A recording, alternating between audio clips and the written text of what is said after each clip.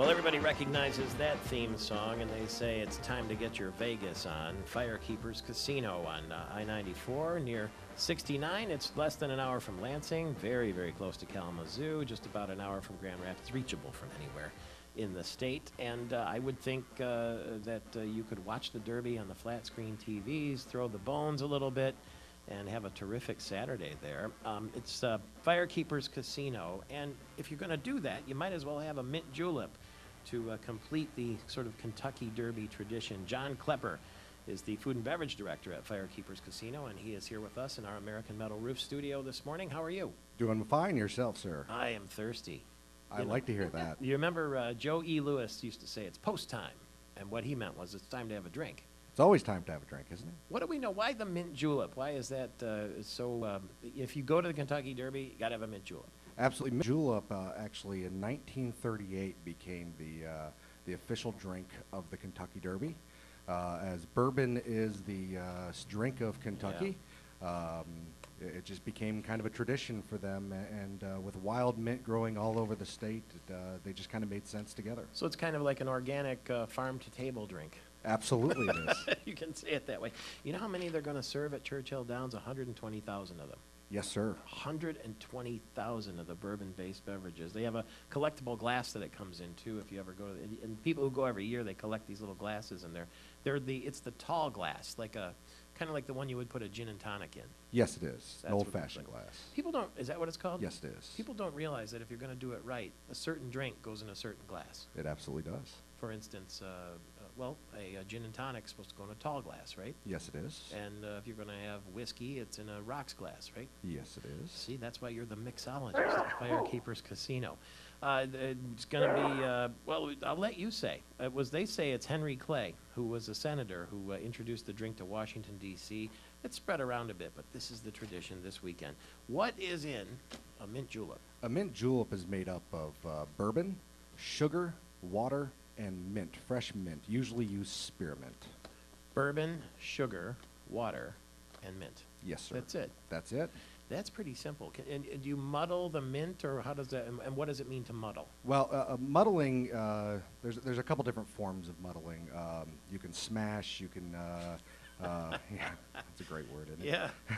Yeah. More than anything, muddling in this sense, we just want to bruise the mint. We don't want to shred it. A lot of bartenders make the mistake of actually shredding the mint into the glass, and all we're trying to do is just get the oils out of the mint. So we just want to bruise the leaves a little bit in order to get that done. Is that what you do in a mojito, or do you smash it in a mojito? A mojito, you also just bruise the mint, Just but bruise you the are mint. muddling, you are smashing the lime in a mojito. Oh, okay, that's right. So now the mint julep. When you say bourbon, Yes. what is bourbon? Bourbon is an American-based whiskey. It's in order to be considered a bourbon, it has to be made in the United States. It has to be made of at least 51% corn. It's also distilled with wheat, rye, and malted barleys. Does it have to come from Kentucky? No, it does not. That's a myth. That's a common myth out there.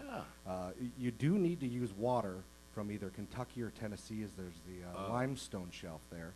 So the limestone water, the water filters through the limestone, it actually filters out iron. So if you try and make a bourbon somewhere else, it turns black because of the iron in the water. I'll be darned. You know, people, they often ask me the difference. They say, well, is that Scotch you're having? You know, I'll have a Jameson, Irish whiskey. I know you're a Jameson guy. Yeah, and they'll say, is that Scotch? And I say, no, but if it were in Scotland, it would be Scotch. If you make whiskey in Ireland, it's whiskey. If you make bourbon in Kentucky, it's bourbon. I mean, Yes. they're all essentially the same, aren't they? They're spelled different, but yes, they are. The Yeah, same. so a Scotch whiskey is what it really is. Yes, it is. Okay, what does a mint julep taste like? Well, I brought some things here to make one for you here today. Great. What I've done is I've given you kind of the special version, the kind that I like to serve at home for the Derby party. All right. And what we've done is we've taken Woodford Reserve, which is actually the official bourbon of the Kentucky Derby. It's not the official mint julep of the Kentucky Derby. That's made with early times. But the official bourbon is Woodford Reserve. Boy, they got every angle covered, They don't do. They do. So what I've done is I've infused mint into the Woodford Reserve. What we did is we took it out of the bottle and we soaked some mint into it for a couple hours, and you continuously go out and you wring the mint or the bourbon out of the mint itself, and then we poured it back in the bottle, and that's what we're going to make for you here right now. Should we have a sip of it? Sounds good. All right. John Klepper. You can hear the ice, and you can hear that beautiful sound of the ice, in fact. And while we're doing that, let's bring in David Fay, an avid horse follower and bettor and expert. Good morning to you, Mr. Fay. Well, good morning, Michael. How are you? Where are you living these days? Tucson, Arizona. Oh, it's up early. You're up early this morning. It's still dark outside. I'm not sitting on the patio because it's pitch black. You might not have gotten the news yet that there will be a press conference later today that Uncle Mo is going to be out of the race. I'm not surprised by that. I'm disappointed. I wanted to see the horse run because he would take a lot of money, but the connections are doing the responsible thing. If the horse isn't right, for the sake of the horse, you do not run him. I'm not surprised by that news at all. Matter of fact, in my handicapping, my early handicapping, I did not give him any consideration because I didn't figure he was going to run. Well, let me give you, so we talked to Steve Haskins earlier this morning from the Blood Horse magazine. He kind of likes Midnight Intruder and Pants on Fire. And I thought those were two horses that go well together because usually your pants are on fire during a midnight interlude. But, they are. Both horses have a shot. I mean, this year's Kentucky Derby, first of all, the Kentucky Derby is the hardest horse race in North America to handicap. Yeah. It is the only horse race in North America that is run beyond 14 horses. All the Breeders' Cup races, all your other great races in North America are limited to 14 horses. And they run the extra 6 horses, and it makes it an absolute crapshoot. Yeah. Proof of this is Mind That Bird and Giacomo in the last 10 years have won the Kentucky Derby at huge odds and have never won another race in their career at any level. They never won again. They retired without another victory. So that tells you that if you got Aunt Gertie's hat pin and it's lucky, you got as much shot as a professional like me. Who do you like? In the Kentucky Derby, that is true.